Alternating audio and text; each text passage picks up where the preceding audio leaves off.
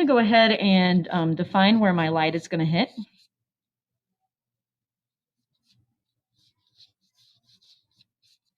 And I'm going to go ahead and draw that cast shadow. It's going to follow the shape of the cone, which is kind of like a little spotlight. Okay, because it has rounded edges, you're going to have more of a rounded shadow. What I notice in the cone reference that I'm using is that the darkest shadow hits here, and that because this is a rounded surface, it's going to fade out around the contours. When things are rounded, the blending is going to be a bit softer. I'm going to start off with my lightest areas. I notice there's a little bit of shade off to the side here. I'm going to remove my spotlight lines here. And then I'm going to add just a few shading lines on the edge here. And because you can go horizontal or vertical with your hatching lines, I'm going to choose to go vertical with mine. Strike that. I'm going to go horizontal. Let's be challenged a little bit more. So I'm going to erase that line I just drew. So let's go ahead and add that very light shadow that's going to be on the edge here. When you're doing hatching and you're working with 3D objects, I mean, you can go flat with it, but I really like to curve the lines that follow the base of the object to show that it's more 3D. So let's go ahead. Remember, if you're wanting to go lighter, space your lines out and use a lighter pressure.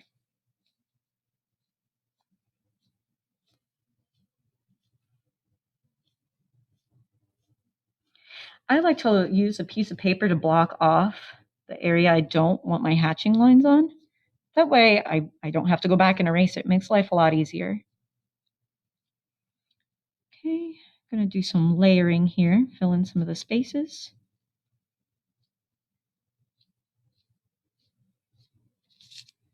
All right, so far so good. What I'm going to include next is that there's I'm going to erase a couple of these. There is a really strong highlight here, and then it continues going around the cone. So about midway through, I see those lines coming back in. I'm going to flip this upside down to work. I'm going to block off my areas, and I'm going to start with my lightest lines first. Line up my paper here and follow that shape right about to the middle of that cone.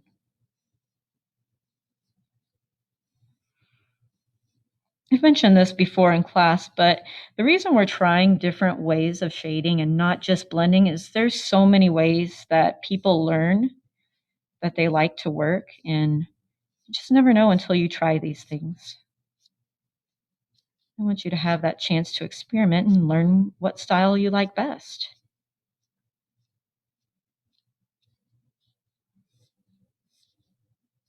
Okay, we've got our light shading first, and then remember it gets lighter here, and then we have a darker area through here. And usually shadows, when you're doing any sort of shading, they tend to follow the shape of the object. So what I'm going to do next, I'm going to flip this bad boy back right side up so you can see a little bit better. We're going to add that harder shadow.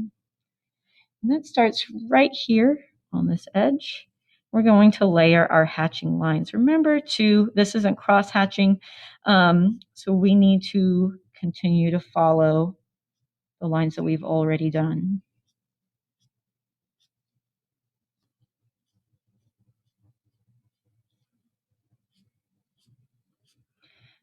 Because our cone is getting wider on the bottom, so is our shadow. I'm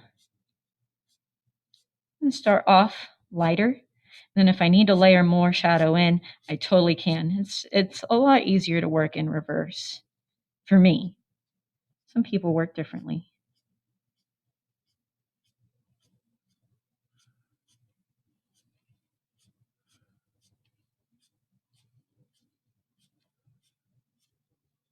Making some of my strokes longer so that it blends to the side a little bit better. I'm going to bring a few this way too, so I get a little bit more blending.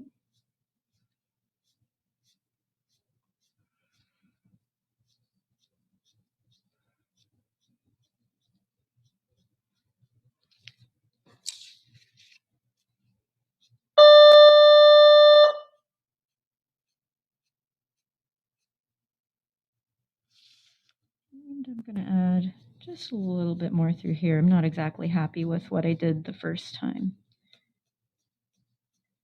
That happens. Okay, our cone is almost shaded. I don't like this here. And I'm going to make this a little bit darker through here. All right, next we're going to add our shadow. Just like the triangle, we want to call attention to the base, or sorry, like the pyramid, we want to call attention to the base of the object by just creating a contour line, and we're going to use flat lines. This is a flat surface, and make sure we're going dark to light. And I like to do this with pressure and with how I space my lines. Making sure that they remain parallel. Okay, we're fading out towards the edge. And remember, on shadows, we want to make sure they're darker towards the base and get lighter as they get away from the object. What I'm doing is layering my lines, and we've got our hatched cone.